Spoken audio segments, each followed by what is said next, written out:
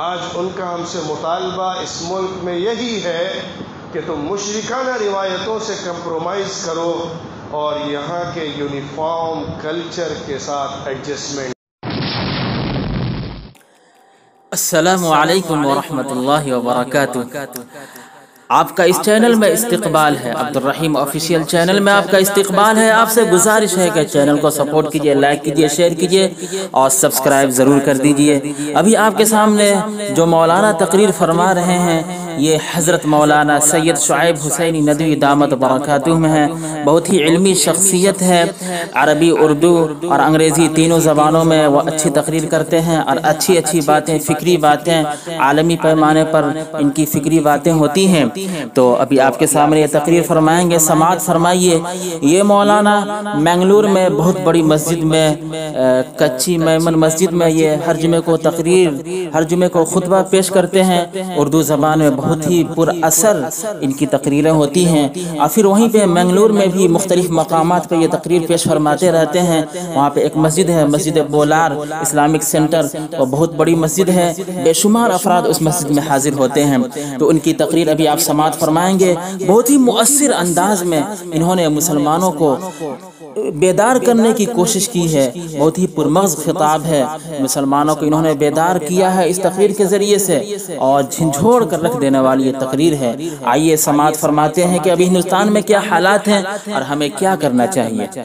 لیجیے آپ کے سامنے تقریر ہے، اور چینل کو ضرور سبسکرائب کر دیجیے گا، آپ سے ایک گزارش ہے۔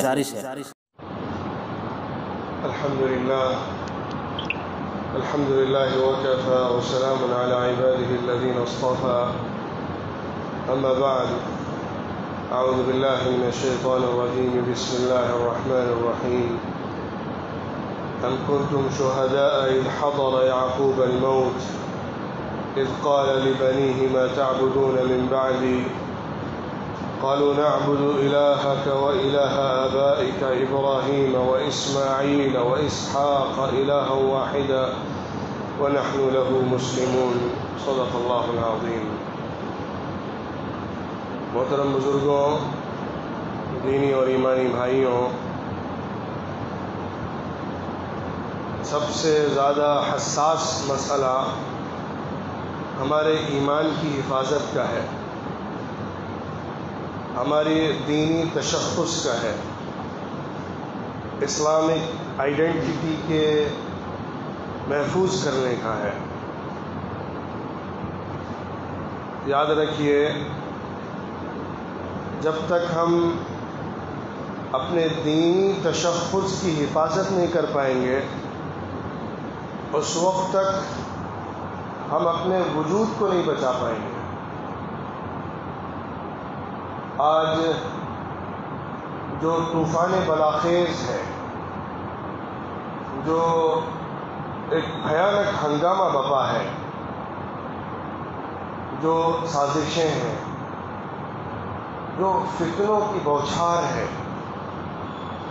جو نازک حالات ہیں، جو پلاننگز ہیں، جو دشمن کے ارادے ہیں،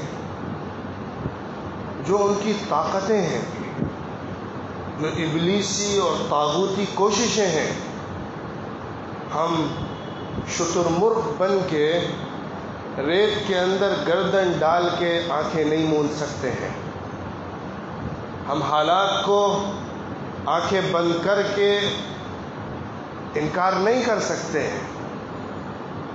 یاد رکھیے، وہ چاہتے یہ ہیں ہم سے کہ ہم نماز پڑھیں، اپنا نام عبداللہ، عبدالرحمن، زید، زاہد رکھیں، عقیقے کریں، اپنے فنکشنز اور سیلیبریشنز کریں۔ وہ چاہتے یہ ہیں کہ ہم مشرکانہ روایات سے کمپرومائز کریں، اور ہم سے صرف یہی مطالبہ کرتے ہیں۔ آج ان کا ہم سے مطالبہ اس ملک میں یہی ہے کہ تم مشرکانہ روایتوں سے کمپرومائز کرو اور یہاں کے یونیفارم کلچر کے ساتھ ایڈجسٹمنٹ کرو۔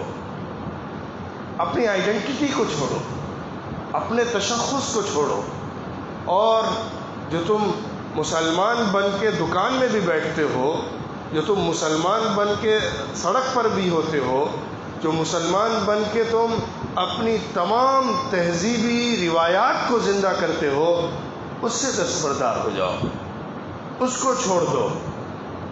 اسی لیے پوری ابلیسی طاقت کی لڑائی مسلمان سے ہے، کیونکہ اسلام ایک ایسا دین ہے جو کبھی بھی اصول میں کمپرومائز کو ایکسیپٹ نہیں کرتا ہے، بنیادوں میں وہ کبھی بھی لچک نہیں دیتا ہے۔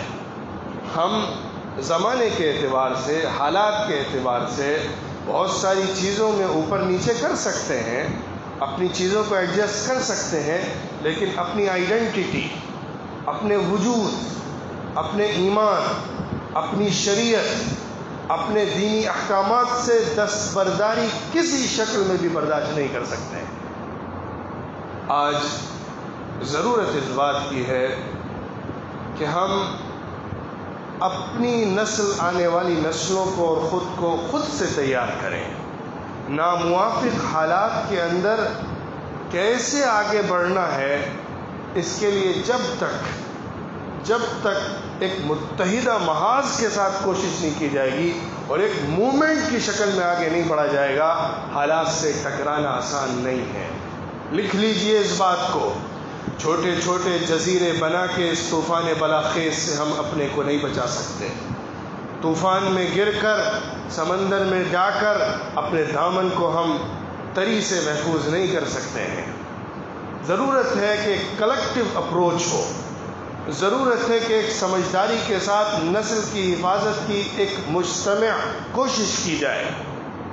حضرت یعقوب علیہ السلام ایک نبی، ان کی اولاد میں بھی نبی آنے والے، اور وہ نسل اللہ کی طرف سے منتخب نسل بنو اسرائیل، وہ بھی اپنے آخری وقت میں اپنے اولاد، اپنی نئی نسل کے بارے میں فکر مند ہیں۔ ان کو جمع کر کے گفتگو کر رہے ہیں اور کہہ رہے ہیں کہ تم میرے بعد عبادت کس کی کرو گے؟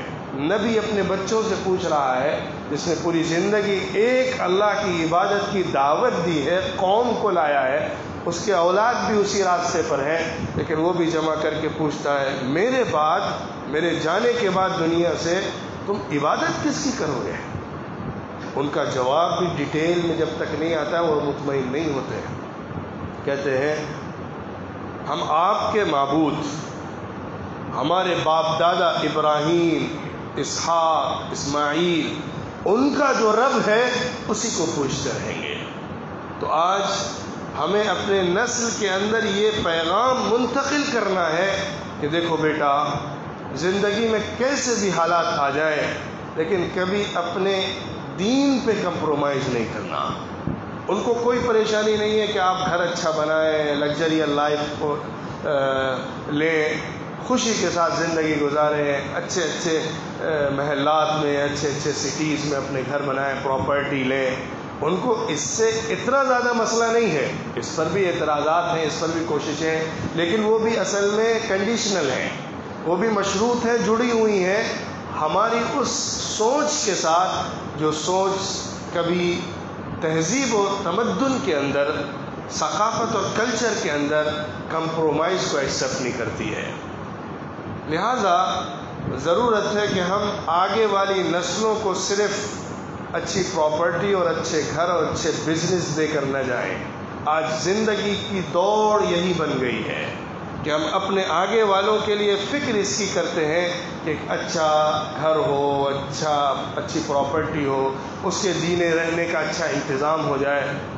ٹھیک ہے، یہ ضرورت ہے، لیکن اس سے زیادہ ضرورت ہے کہ اس کے دل میں ایمان زندہ رہے، اس سے زیادہ ضرورت ہے کہ اس کے دماغ میں اسلام کی رونق زندہ رہے، اس سے زیادہ ضرورت ہے کہ اس کے اندر ایمان کی انگیٹھی جلتی رہے، اس سے زیادہ ضرورت ہے کہ وہ اپنے دین کو مشرکانہ رسوم کے اندر ڈائلوٹ نہ کر سکتا ہو، ڈائجسٹو نہ ہو، اس کا ایمان دوسری روایات کے اندر مدغم نہ ہو سکے۔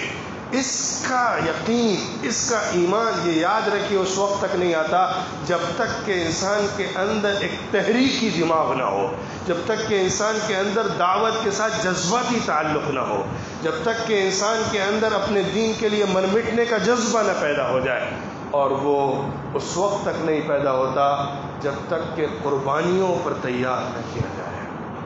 آج قربانیوں کا دور ہے، فتنوں کا دور ہے، آزمائش کا دور ہے، ہمارے لیے ایک ناموافق حالات ہیں۔ روزانہ آپ دیکھیے کیسے کیسے ایشوز ریز کیے جا رہے ہیں۔ یو پی کی حالات آپ کے سامنے ہیں، لفظ جہاد کے نام پر کس طرح سے ٹارچر کیا جا رہا ہے۔ مسلمانوں کو نفسیاتی طور پر، معاشرتی طور پر، سماجی طور پر کس طرح سے تکلیف پہنچا کر ان کو بالکل بیک فٹ پر لانے کی کوشش کی جا رہی ہے۔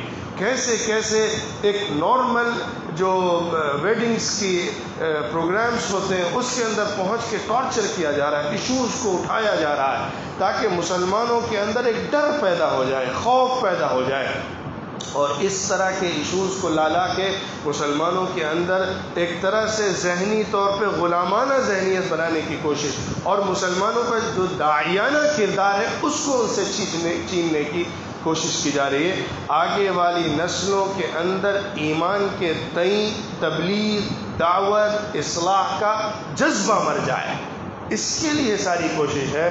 اور جب تک ہم اس کو زندہ رکھیں گے ہم ہر اعتبار سے آگے بڑھتے رہیں گے اور ان کی تمام کوششوں کا مقابلہ کرتے رہیں گے، اور اگر ہم نے اس پہ کمپرومائز کر لیا تو پھر ہمارا وجود نہیں بچے گا، ہمارا وجود نہیں بچے گا، ہم نہیں رہیں گے، ہماری نسلیں ہماری نہیں بچیں گی۔ ایمان کے نام ہوں گے لیکن ایمان نہیں ہوگا، ہماری مسجدیں ہوں گی لیکن روحانیت سے خالی ہو جائیں گی، ہمارے مدرسے ہوں گے، ہمارے اسکولز اور کالجز ہوں گے، لیکن اس کے اندر سے وہ اسپرٹ مر چکی ہوگی جو ایک سوسائٹی کے اندر چینجنگ لاتی ہے، جس کے ذریعے سے زندگی موجود رہتی ہے۔ ہمیں اس بارے میں فکر مند ہونا ہے اور اجتماعی شکل میں بھی کوشش کرنا ہے، اور انفرادی شکل میں بھی اپنے گھر کی، اپنے آنے والی نسل کی حفاظت کی فکر کرنا ہے، ورنہ ہمارے ایمان پر حملے بے پناہ ہیں، ہر پہلو سے کیے جا رہے ہیں، ہر دیوار پر تیر چلائے جا رہے ہیں، ہمارے نسل کے ایمان کو سلب کرنے کے لیے تمام ہتھ کنڈے پھینکے جا رہے ہیں، تمام جال ڈالے جا رہے ہیں، تمام کوششیں کی جا رہی ہیں۔ اگر آج بھی ہم نہ جاگے، اگر آج بھی ہم نے سوچ کر ہمت کے ساتھ، جذبے کے ساتھ، پورے یقین کے ساتھ اور وداؤٹ اینی کمپرومائز، کسی طرح کے بھی کمپرومائز کو ایکسیپٹ کیے بغیر اگر ہم نے آگے بڑھ کر کوشش نہیں کی، اپنے دین کی حفاظت کی، تو ہماری آنے والی نسل کی حفاظت کی ذمہ داری کوئی نہیں لے سکتا ہے۔ اللہ تعالی ہم سب کو سمجھ عطا فرمائے اور دین کا صحیح فہم بھی عطا فرمائے، اور نسل کی حفاظت کرنے کی بھی توفیق عطا فرمائے، اپنے ایمان کے تحفظ اور آنے والی نسل کے لیے بھی دین اور شریعت کے تحفظ کی فکر اور کوشش کرنے والا بنائے۔ وآخر دعوانا ان الحمد للہ رب العالمین۔